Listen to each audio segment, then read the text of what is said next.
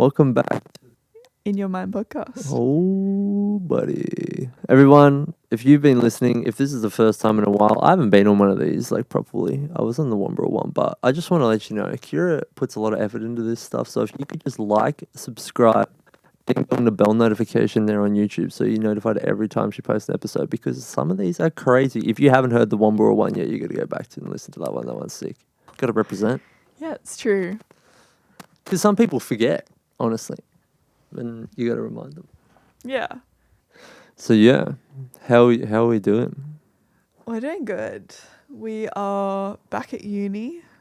We are back into more scheduling.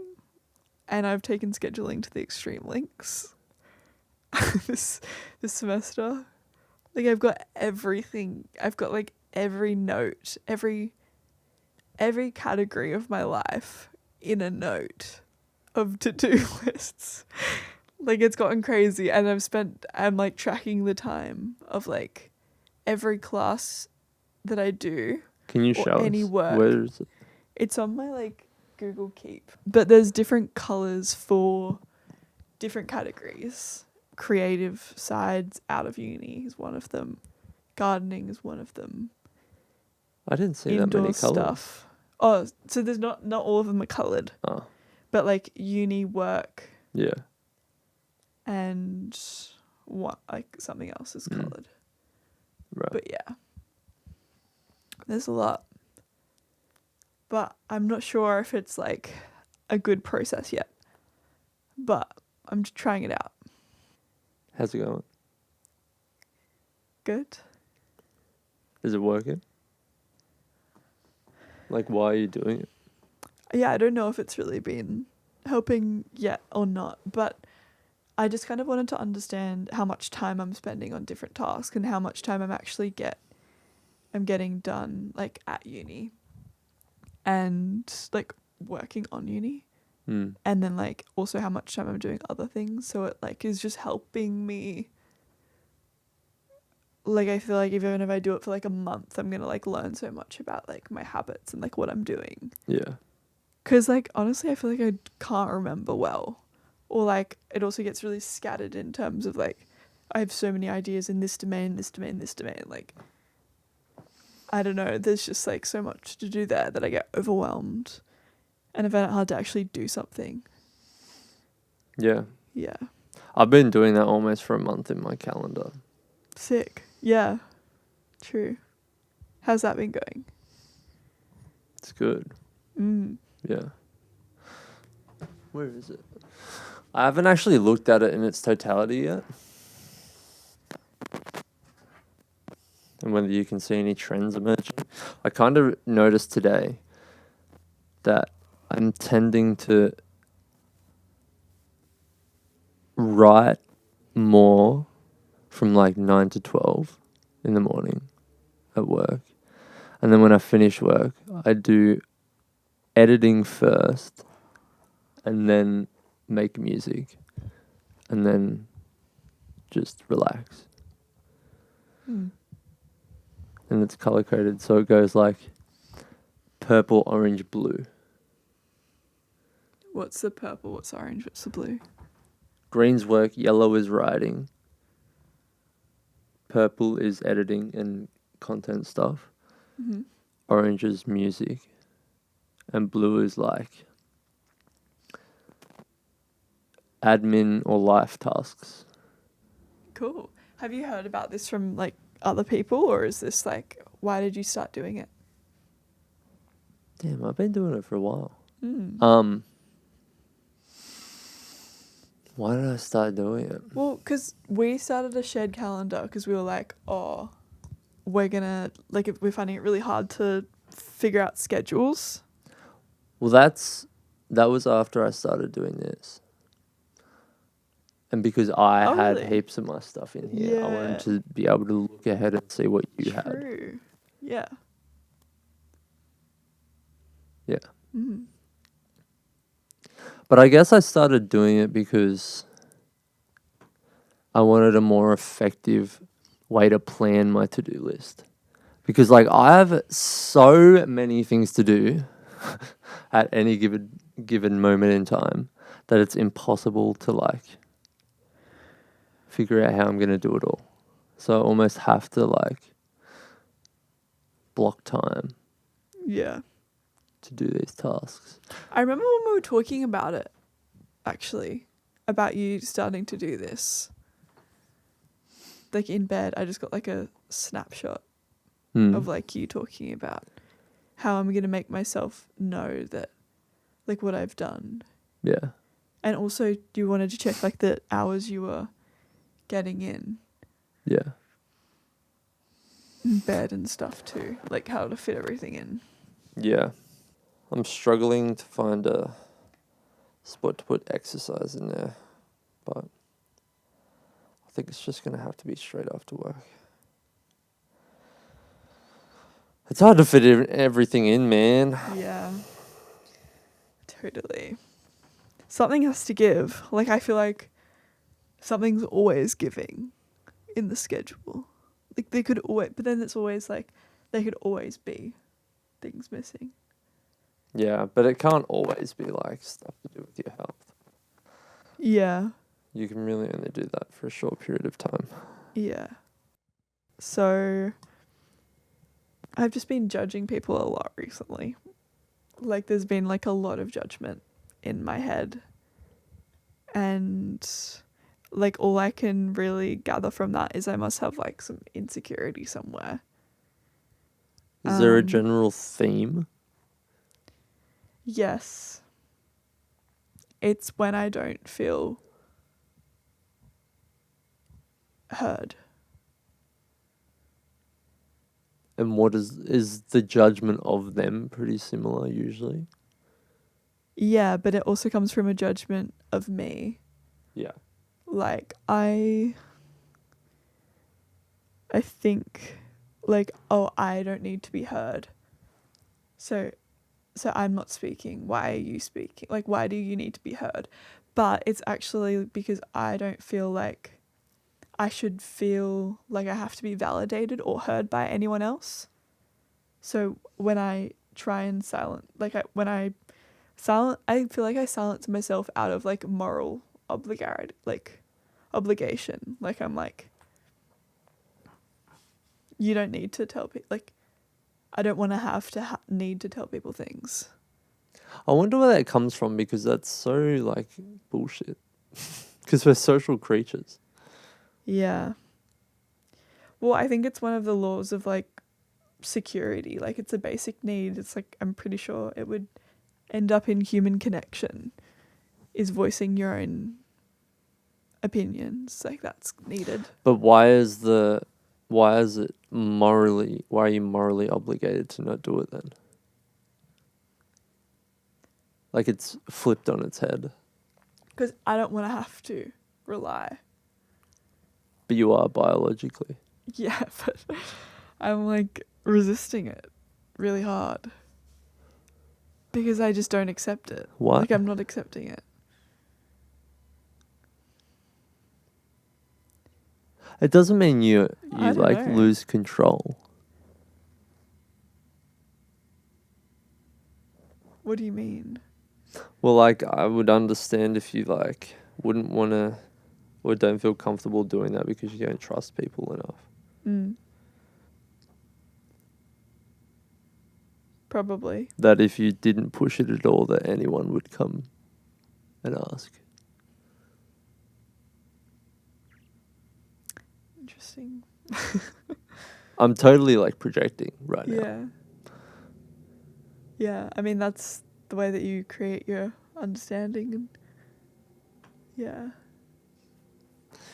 Because I've been listening to a bit of Psycho-Cybernetics, the book, and it's like totally on like self-identity, and that everything about your life is just based off your own beliefs about yourself and stuff like that. Which is true. 100%. Yeah. Yeah. But like, I'm wanting to be someone who can be, I guess, in a way, independent. But I guess, yeah, it must come from like a lack of trust in other. Well, a realistic version of that, I feel like, could be just making sure the people you pick are like of quality, like in terms of character. Yeah, which I think that they are. I think that I just don't have the tools necessarily all the time to actually give myself what I need. Like, I think it's more of like Yeah, the people around me, if I told them, I feel like yeah, it would be a different story. it's true. And I've seen so much evidence for that recently too, Yeah, which has been like really refreshing actually too. Like, I feel like it's a different level of like intimacy because like you and I, we have to like go through things I'm upset with, things you're upset with. Like, if you're being in a relationship, like that's like gonna have to happen. But in like my friendships, I feel like I'm not usually as good because I'm like wanting to seem a certain way, like I'm wanting to be liked basically. And I don't want to put myself in like a vulnerable position yeah, of being seen as mean. But I also could feel like it's because like I'm quite sensitive too. I don't know. I feel like I'm just ranting. I think it's a feminine thing too, because you're more like physically vulnerable, right? So you get a large sense of security out of feeling understood by other people. Because if they don't understand you, then they're not going to be able to properly like make considerations for you in certain situations. Mm. Yeah. But I feel like you've had a history of being, well, you've had to have been able to do that. Like, 100%. and so letting go of that is very scary. Yeah. But I think it's the biggest win that we have. That we have. What do you mean? Well, that we, like, I feel like I can talk, I feel like I can trust you enough to say things even when they seem like they're gonna make, I don't know, like I might be, because I just remember so many other times I was like, I don't want to insult your feelings, like I don't want to hurt you when I'm saying something that I'm... You still feel like that though. Yeah. But it's very, I feel like it's different to how I have been in the past. And it's just really helpful because I realized that I want that with more people. Like an ability to like... Speak freely. Kinda, yeah. Yeah. And I think it's like achievable to be around that. Yeah. The mind-body problem. I want your perspective. What is that?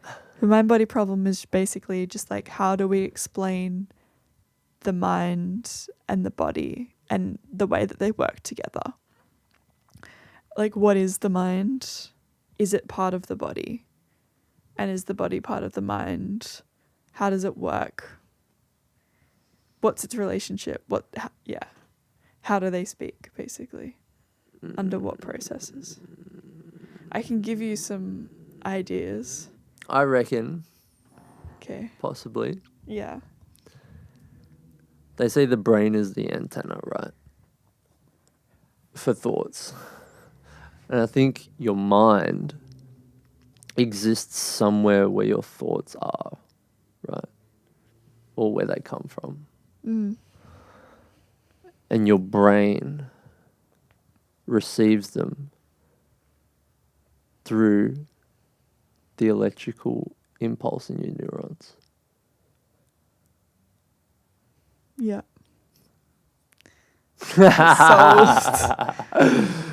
Solved. That could be one possibility. Are they Yeah. connected? That's how I think they're connected, Mm. at the very least. Where's this external mind and where is the thoughts? It's the same place as consciousness. It's the same place as God. It's everywhere. It's here with us right now. Huh? It's here with us right now. Yeah, for sure. Yeah. Yeah. I like went down like a full rabbit hole of like non-dual perspectives. Yeah, that shit could trip you out, I bet. Well, the whole day I was literally like studying the mind-body problem and looking at perspectives and then problems for each of them. And then I went off on my own tangents and was like, I need some counter because none of this shit works for me. Like, And what did you find? well, basically it just showed me all the Buddhist beliefs and Sanskrit and Tibetan monks like Hutnant. I don't know how to say his name properly and I'm gonna butcher it, but that guy, Alan Watts, like Roger Federer. No. Another non-dual situation. So what's your conclusion? I can't explain everything. Let me just say that. There's definitely a lot that I can't explain. But I feel... Like what are some holes in my theory? Well, we can't know. We can't ever observe it. So it's like not grounded in like observable science. So there could be like, how would we know that? Like what, on what basis? On what like that's... That's all the theory. Exactly. Yeah. Fully. So what's your theory? Well, I see it more how you see it, but I haven't been able to articulate it because I feel like I'm being bombarded by other shit. Right. Like I've got so many that I'm like just trying to come back to myself. Like I'm like... You don't know what to think. I don't know what to think, especially because like it feels like my perspective seems wrong because it's like not the spoken perspective. So I feel like I need to go and find like people that speak my language because like this shit, like there's aspects of it that I like can pick up in like all the different theories, but none of them feel like Complete or even like as real as your like that theory. Like that feels way more like Really? real 100% because it's like it's all waves. Like I see like the mind and the body are existing under one thing. Like it's all within consciousness that's happening here and now. Like both things are happening. They both exist within the same. They both exist. I don't know if it's within the same anything. They both exist in this present moment. Yeah. And this present moment is the same thing that holds other present moments. Yeah. But This present moment holds different present moments. it's the present moment. But yeah. I'm holding on. Yeah. I don't know, I just feel like more confused because we've got Descartes, substance dualism. He's like, the mind is in a separate sphere to your body and they interconnect through something else. And he doesn't really have the answer for that something else. He's just like, they're separate substances made of different things. And then it's interesting you said sphere. The verbiage is very interesting. Kind of like Venn diagrams. Yeah. But it's interesting because every time I hear someone talk about Descartes, hear them talk about him differently. Because the first time I heard about this theory, they told me like God was the interconnector between the mind and the body, and that Descartes was like undercover Christian, but like I could see how you could think that's possible, yeah. So that was like one perspective, and then this perspective of this lecturer that I have now is like no, Descartes like views the mind as like a controller seat of like getting inputs from, like there's a mini person inside your head, like the homunculus argument, mini guy in your head. But like, what do you think about that? well, I can see why he thinks it's two different substances, because like we can't see our thoughts. Yeah. But maybe we can though. Like maybe when we're in meditation. Well, like your thoughts for sure, but I don't know if you could ever like see an instinct coming. No. Yeah. But I think that must be different. Like I started trying to map out an idea today because I was like, do I have like what? I feel like it would be good to like have an actual answer for that. They're on the same sphere. Everything, like, so I feel like I'm just quoting other people. Yeah. You gotta use your own words. Like I don't know what my own words are yet. So I feel like come back and I'll have like a better. Well, okay. Where is the mind? I don't think the mind is the same as your. It's not the same as your brain. I think they're different. Yeah. The mind, but like so many of the theories we're looking at, it's like they're basically the same. Or like they're very similar. I think there's different aspects. Like a lot of the. I think our automatic mind is very much in our brain in a way, because it's like. It's biological. It's more biological, but then like the other component, like the conceptualizing mind and like that feels different. Like not automatic, like conscious thought feels different and feel like it might be located differently to where the automatic thinking is. Because there's also like thinking in different spheres. Like you can think with your heart, which is like heart intelligence. Like you literally have neurons in your heart. Yeah. It radiates so wide as well. Like you have so much energy there. I think that's another mind. The stomach's another mind. Like with the brain stomach axis, whatever. Like the. So you think the stomach axis. mind is in a different place or a different thing to the brain mind? I think there's like a floating, more consciousness mind of like collective energies that are like pulled together that you can like access. But then there's like things in your loop that are like going like automatic processes and like behaviors can be like more centered here. And then like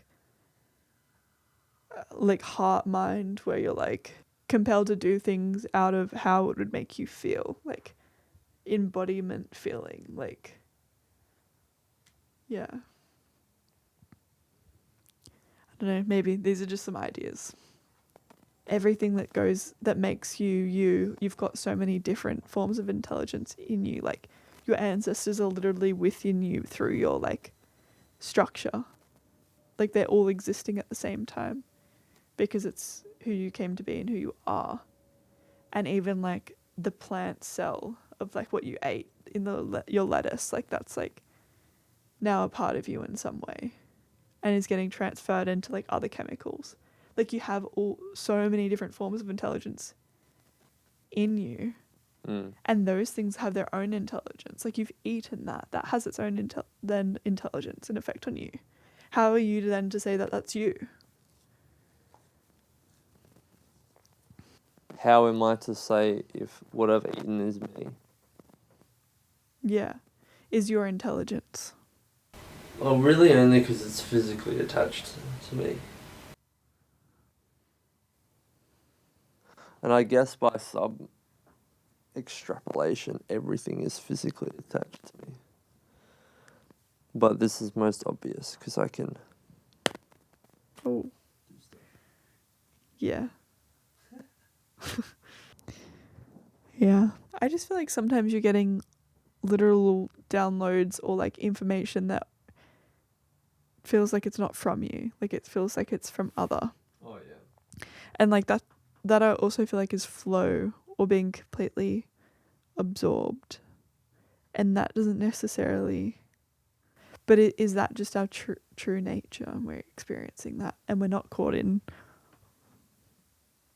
painful thought loops, and then that's our actual reality? It's both. So to say something is a certain way is always false, because it's never always one way. There's always multiple perspectives. Yeah. I think we should peace out. Peace out.